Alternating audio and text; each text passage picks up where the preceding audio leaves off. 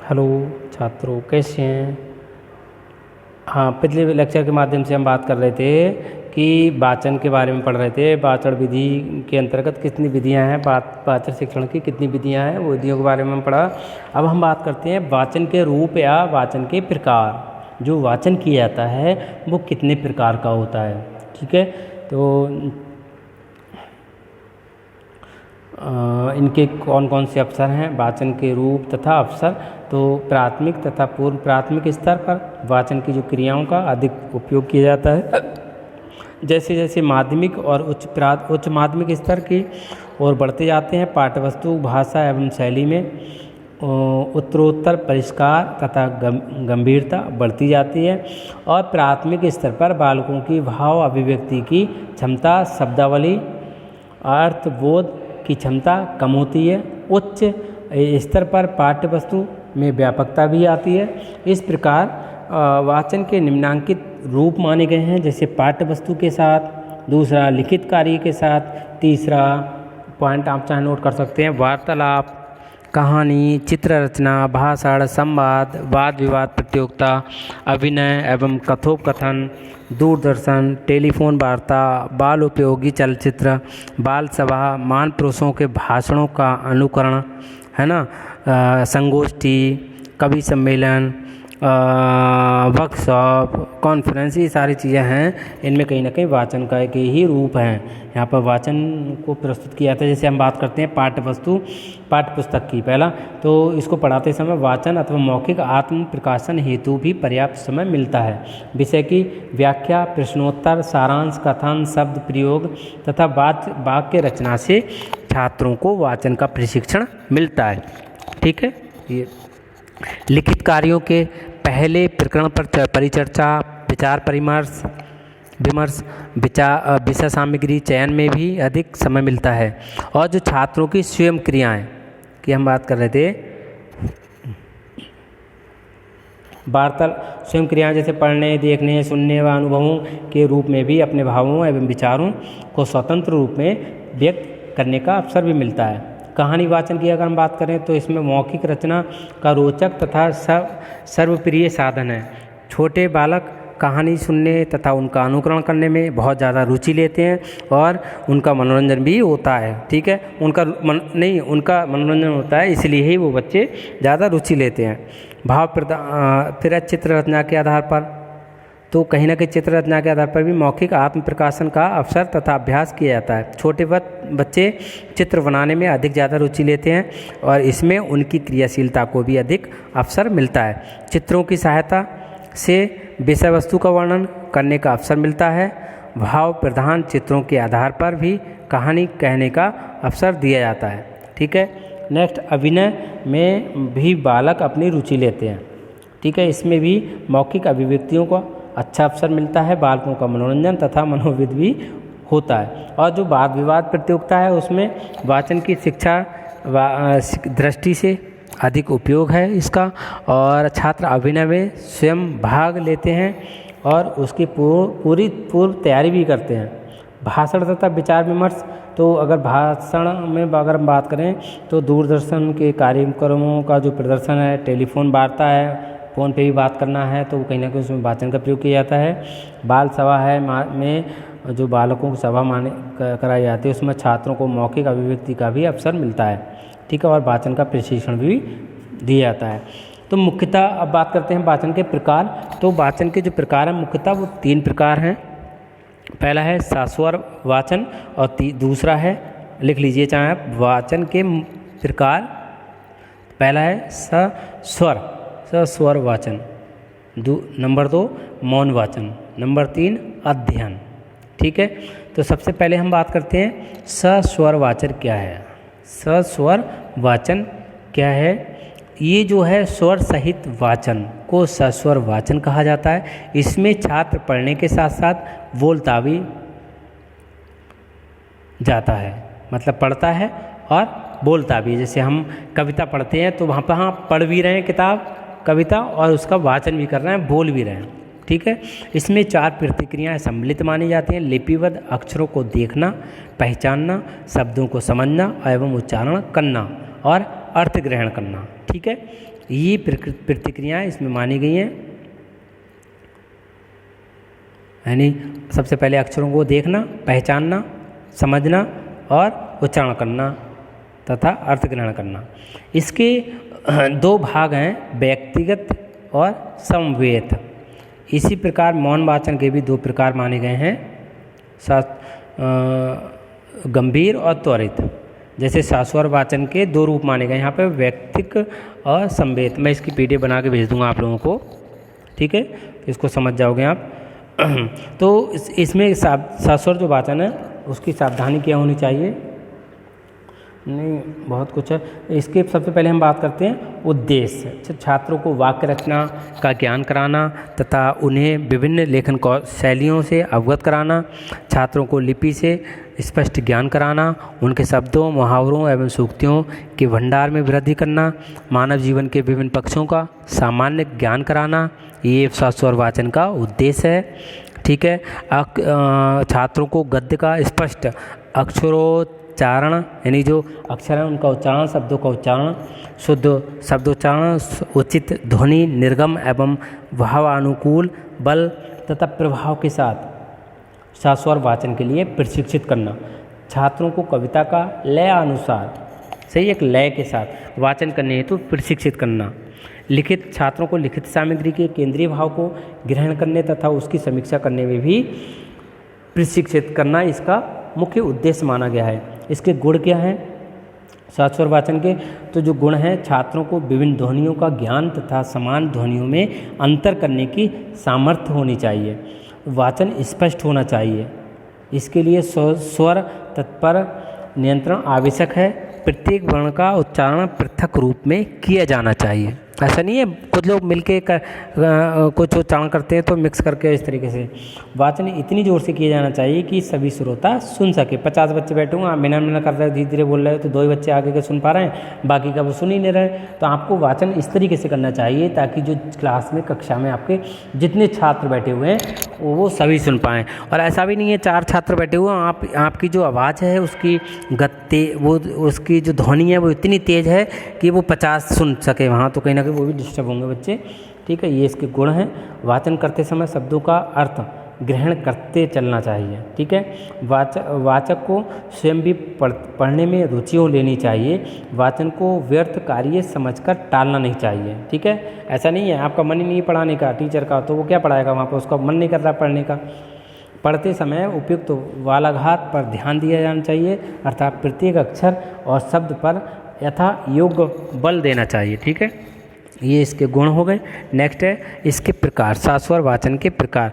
तो इसके जो प्रकार हैं शाश्वर वाचन के गुण के आधार पर इसके निम्नलिखित 2 प्रकार हैं।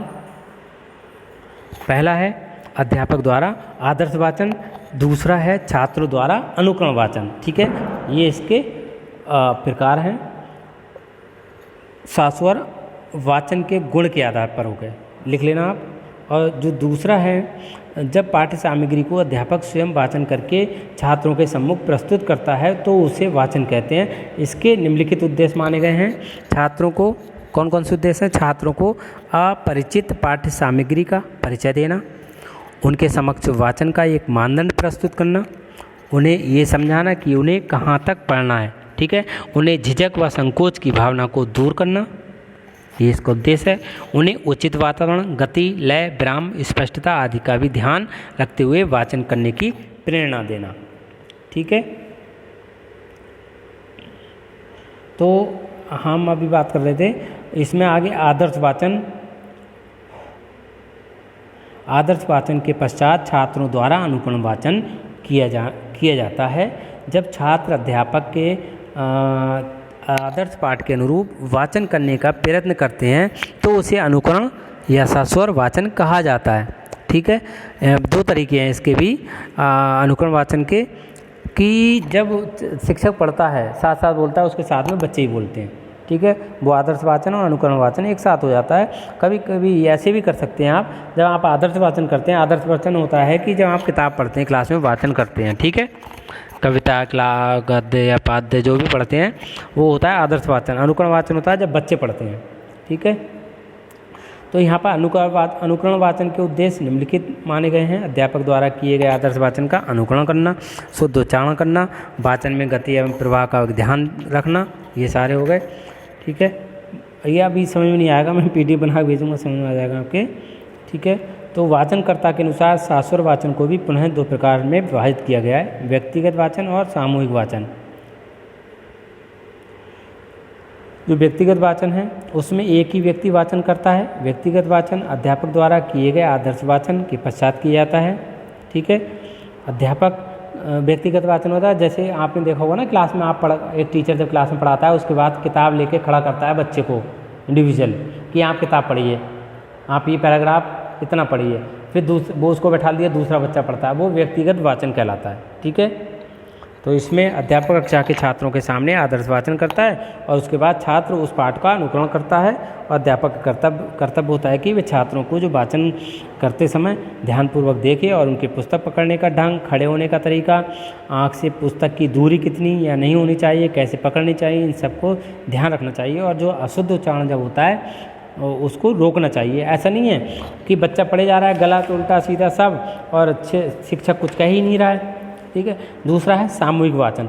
जो सामूहिक वाचन होता है उसको समवेत वाचन भी कहा जाता है, समवेत वाचन भी कहा जाता है। इसका प्रयोग प्रारंभिक कक्षाओं में अत्यधिक उपयुक्त रहता है और समवेत या सामूहिक वाचन का अर्थ माना जाता है कि जब एक से अधिक छात्र मिलकर वाचन करते हैं। ठीक है, सब जैसे कभी कभी ऐसा होता है कि एक क्लास में एक बच्चे को खड़ा किया पढ़ने के लिए, वो अनुकरण वाचन कर रहा है, किताब पढ़ रहा है, उसके साथ में और बच्चे पढ़ रहे हैं, तो वो सामूहिक वाचन कहलाता है। ठीक है, इसका सबसे बड़ा लाभ ये होता है कि जिन छात्रों को किसी के सामने व्यक्तिगत रूप से वाचन करने के में जब कोई झिझक का अनुभव होता है, हेजिटेशन होती है, झिझक होती है, तो वो कहीं ना कहीं वो दूर हो जाती है और वे सामूहिक वाचन में संकोच का अनुभव भी नहीं करते, साथ में बोलते हैं। कुछ बच्चे नहीं बोल पाते हैं, वो भी बोलना सीख जाते हैं, सही उच्चारण करना सीख जाते हैं। कुछ शब्दों को वो सही से कोई उच्चारण नहीं कर पाता है, तो सामूहिक वाचन में वो उस उच्चारण को करना सीख जाता है। ठीक है, और ये वाचन कराते समय अध्यापक को कई सारी सावधानियां उनको ध्यान में रखनी चाहिए। जैसे आप कह सकते हैं सामूहिक वाचन छोटी कक्षाओं में ही बहुत ज़्यादा लाभप्रद सिद्ध होता है। और 100 बच्चे बैठे हैं वहाँ कराओगे तो वहाँ अनडिसिप्लिन हो जाए क्लास। ठीक है, जैसे कक्षा 7-8 के तक इनका प्रयोग सफलता के साथ किया जा सकता है कि उसमें 30 बच्चे 40 बच्चे ऐसे बस होते हैं। ठीक है, सामूहिक वाचन बालकों के उच्चारण को शुद्ध करने के लिए जब भी प्रयोग में लाया जाए तो बालकों के उच्चारण की शुद्धता की ओर अवश्य ध्यान दिया जाए। ठीक, नेक्स्ट है सामूहिक रूप से यदि कविता का गायन कराया जाए तो भावों के जो हाव भाव उनके उतार चढ़ाव, अवरोही आरोही क्रम को एक साथ और अंगों का जो संचालन है वो भी किया जाना चाहिए। ठीक है, अभिनय गीतों में भी तो इसकी भाव उमंग की प्रदर्शन और भी अधिक ठीक रहता है। नेक्स्ट है मौन वाचन।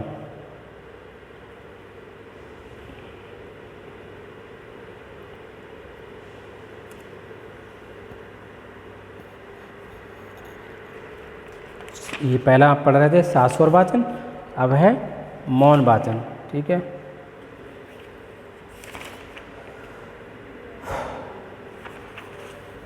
तो जो मौन वाचन होता है,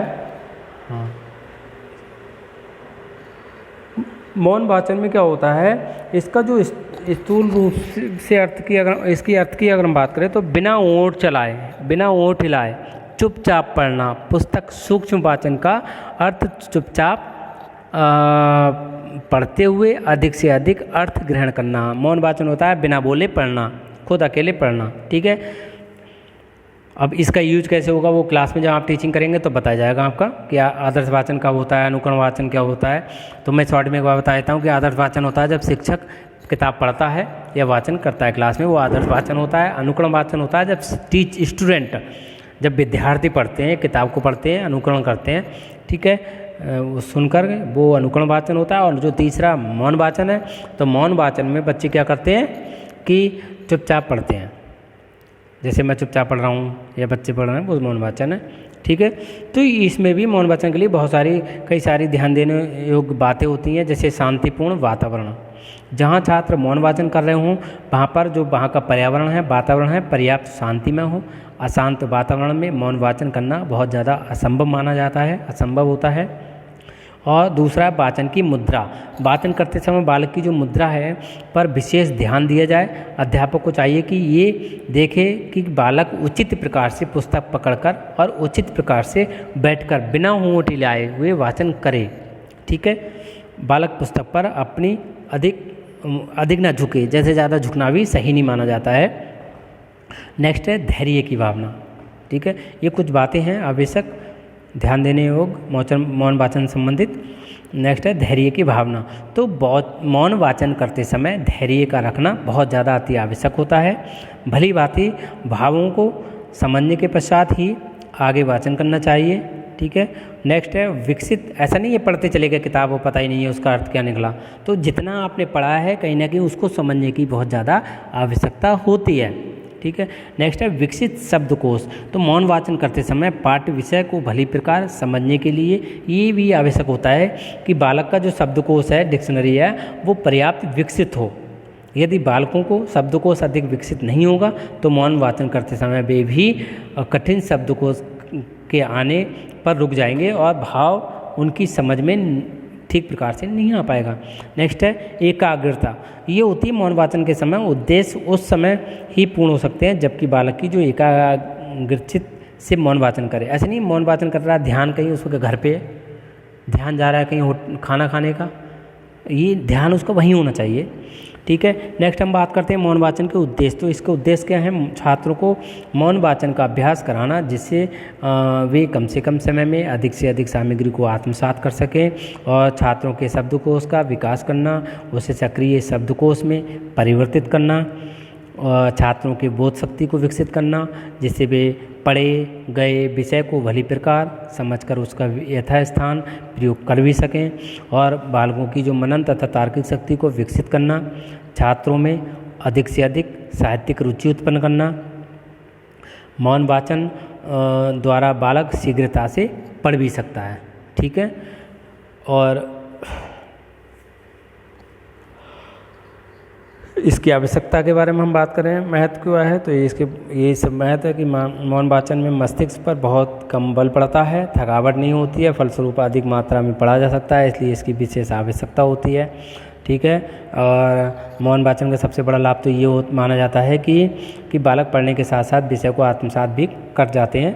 हालांकि कुछ लोगों की आदत नहीं होती है मौन वाचन करने की, चुपचाप पढ़ने की, बोल के रटने की आदत होती है, लेकिन जो मौन वाचन करके पढ़ते हैं वो बच्चे बहुत जल्दी समझ जाते हैं और कॉन्सेप्ट जो बहुत जल्दी क्लियर कर लेते हैं। ठीक है, मौन वाचन का और वो अधिक समय तक रुकता भी है, स्थायी होता है ऐसे मौन वाचन द्वारा सीखे हुए ज्ञान का। मौन वाचन का जो अभ्यास हो जाने के बाद छात्रों को गृह कार्य देने में भी सरलता हो जाती है। स्वाध्याय की आदत मौन वाचन द्वारा ही डाली जा सकती है, सेल्फ स्टडी की। ठीक है, बालकों में पुस्तक पढ़ने की रुचि उत्पन्न होती है और वे अवकाश के क्षणों में भी, जब अवकाश का समय होता है तो उपयोग पुस्तक पढ़कर ही करते हैं। खाली टाइम का जो प्रयोग करते हैं वो किताबें पढ़ के करते हैं। बहुत लोगों को, बहुत बच्चों को, कुछ लोगों को बहुत ज़्यादा शौक होता है पढ़ने के, किताबें पढ़ने का। ठीक है, तो नेक्स्ट हम बात करते हैं मौन वाचन के प्रकार। तो ये दो प्रकार के होते हैं, गंभीर मौन वाचन और त्वरित मौन वाचन। तो गंभीर मौन वाचन वो होते हैं प्रत्येक शब्द, वाक्य तथा भाव पर गंभीरता पूर्वक विचार तथा मनन करना है। अध्यापक को चाहिए कि छात्रों को गंभीर मौन वाचन के लिए निम्नलिखित नियमों को समझा दे जिससे छात्र गंभीर मौन वाचन कर सकें। जैसे वाचन का प्रयोजन सदैव दृष्टि में रखना चाहिए। ठीक है, और वाच्य वस्तु है, पाठ वस्तु है, उसके विभिन्न अंशों को दिए जाने वाले समय की मात्रा को आवश्यकता अनुसार बदलते रहना चाहिए। प्रत्येक अनुच्छेद के केंद्रीय विचार को दृढ़ता से ग्रहण करते हुए चलना चाहिए। पूरी बात को पढ़ने के बाद उसकी एक रूपरेखा मन में बना लेनी चाहिए। ठीक है, और पढ़े हुए पर टिप्पणियाँ लिखते चलना चाहिए। ठीक है, और दूसरा है त्वरित मौन वाचन। त्वरित जो मौन वाचन होता है उसका उद्देश्य होता है कि विशेष रूप से मनोरंजन की प्राप्ति है। पुस्तकालय अथवा घर पर विभिन्न पत्रिकाओं तथा समाचार पत्रों का पढ़ना इस प्रकार के मौन वाचन से ही के अंतर्गत आता है, त्वरित के अंतर्गत आता है। ये त्वरित मौन पाठन होता है। जैसे अखबार पढ़ते हैं तो चुपचाप पढ़ते हैं, कुछ लोग बोल के नहीं पढ़ते हैं ना, तो ये त्वरित मौन वाचन है। ठीक है, नेक्स्ट हम बात करते हैं मौन वाचन के दोष। तो मौन वाचन के दोष हैं कई सारे। तो जैसे व्यक्तिगत विभिन्नताओं के कारण भी सभी छात्र मौन वाचन से लाभान्वित नहीं हो पाते हैं। जैसे मैं बता रहा था अभी कि कुछ लोगों की रटने की आदत होती है, तो वो मौन वाचन करने में असफल रहते हैं, नहीं कर पाते हैं और वो नहीं सीख पाते हैं। कुछ विद्यार्थी सुनकर शीघ्र समझ लेते हैं, कुछ लोग पता है दूसरे की आवाज़ सुन करके समझ लेते हैं, तो उन्हें भी दिक्कत होती है। और कुछ देखकर, किंतु संभवतः सुनने वाले की संख्या देखकर शीघ्र समझने वालों की अपेक्षा अधिक कही जाती है, क्योंकि मौन वाचन में सुनने की कोई क्रिया नहीं होती है, अतः अधिकतर विद्यार्थी इससे लाभ नहीं उठा सकते, है ना। और इसमें क्योंकि सस्वर वाचन नहीं होता है और इस विधि से विद्यार्थियों में उच्चारण संबंधी त्रुटियों का परिष्कार संभव नहीं है। विद्यार्थियों में वार्तालाप की योग्यता का विकास नहीं हो पाता है तथा वे शुद्ध व अशुद्ध बोलने पर कोई अंतर नहीं समझ पाते। ठीक है, ये हो गया आपका मौन वाचन। तो वाचन शिक्षण कंप्लीट हो गया। ठीक है, थैंक यू, धन्यवाद। हिंदी है लेकिन इंग्लिश निकलती है।